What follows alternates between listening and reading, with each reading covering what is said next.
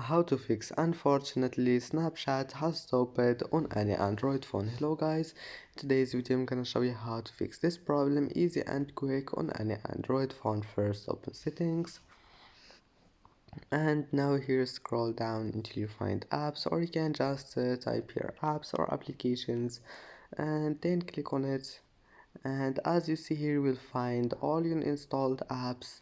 So just scroll down and you need to find Snapchat and click on it.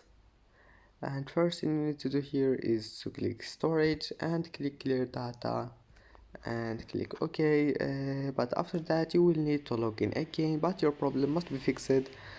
And if that doesn't fix your problem, just go back, go to battery and disable power saving mode.